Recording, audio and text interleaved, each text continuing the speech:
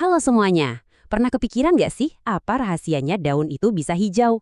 Nah, hari ini kita bakal bongkar satu kekuatan super dahsyat yang jujur aja jadi penopang hampir semua kehidupan di bumi. Proses ini terjadi diam-diam loh di sekitar kita. Oke, coba sekarang tarik nafas yang dalam. Udah? Nah, oksigen yang barusan masuk ke paru-paru Anda, kira-kira datangnya dari mana ya? Jawabannya, mungkin jauh lebih dekat dari yang Anda bayangin. Jawabannya itu bukan di tempat yang aneh-aneh atau jauh. Keajaiban ini terjadi setiap detik, di dalam jutaan pabrik super kecil.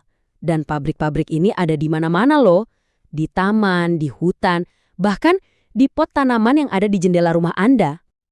Oke, bagian pertama, yuk kita bedah dulu apa sih sebetulnya keajaiban dari tumbuhan hijau ini. Nah, proses inilah yang kita kenal sebagai fotosintesis. Coba deh bayangin tumbuhan itu kayak koki super handal.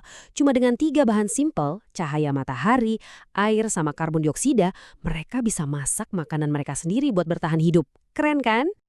Terus, dapur super canggih ini letaknya di mana ya? Yuk kita intip bareng-bareng dapur alam semesta ini. Jadi dapur utamanya itu ada di daun.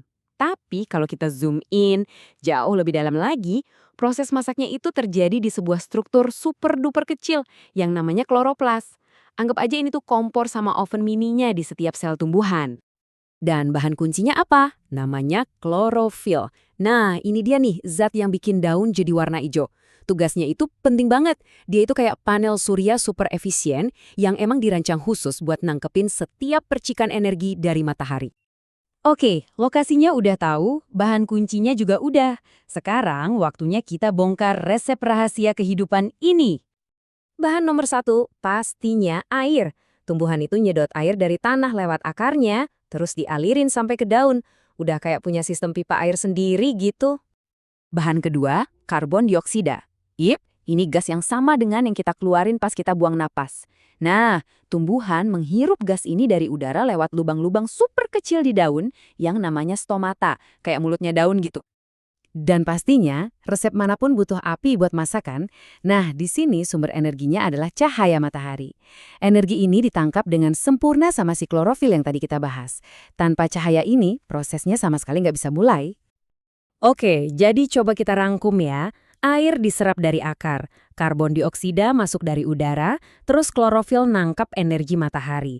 Nah, energi inilah yang jadi pemicu sulapnya, mengubah 2 bahan mentah tadi jadi gula sederhana yang namanya glukosa. Dan bonusnya buat kita apa?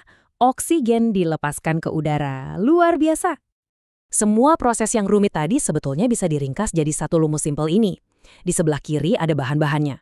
Karbon dioksida, air, plus energi cahaya matahari. Terus tanda panah ini nunjukin prosesnya.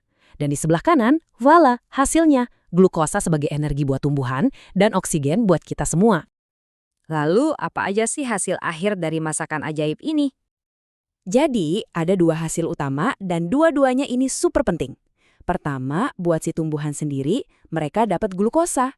Ini sumber energi utama mereka. Terus, yang kedua, buat kita dan hampir semua makhluk hidup lain, kita dapat hadiah terbaik, oksigen buat napas.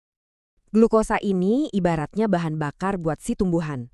Dipakai buat tumbuh lebih tinggi, bikin bunga yang cantik, buah yang enak, bahkan bisa disimpan loh jadi cadangan makanan buat nanti pas lagi susah. Oke, tadi kita udah lihat prosesnya dari dekat skala mikro. Sekarang, coba kita zoom out. Kita lihat dampaknya dalam skala yang jauh lebih besar buat planet kita. Nah, yang perlu kita tahu juga, dapur alam ini kinerjanya nggak selalu stabil. Kecepatan fotosintesis itu sangat bergantung sama kondisi lingkungan. Seberapa terang cahayanya, cukup nggak airnya, banyak nggak karbon dioksidanya. Bahkan suhunya juga ngaruh. Semuanya harus pas biar prosesnya bisa maksimal. Jadi, intinya kenapa sih ini semua penting banget? Jawabannya simpel. Fotosintesis itu fondasi dari hampir seluruh rantai makanan di bumi. Proses ini yang menghasilkan oksigen yang kita hirup. Plus, dia juga berfungsi kayak pembersih udara raksasa yang nyerapin karbon dioksida. Jujur aja, tanpa proses ini, ya kita nggak bakal ada di sini. Sebagai penutup, saya mau kasih satu bahan renungan. Kita sekarang udah tahu kan, kalau setiap helai daun itu adalah pabrik oksigen yang luar biasa. Jadi, pertanyaannya adalah, Apa artinya buat planet kita dan buat masa depan kita semua setiap kali kita kehilangan satu petak hutan? Coba deh pikirkan.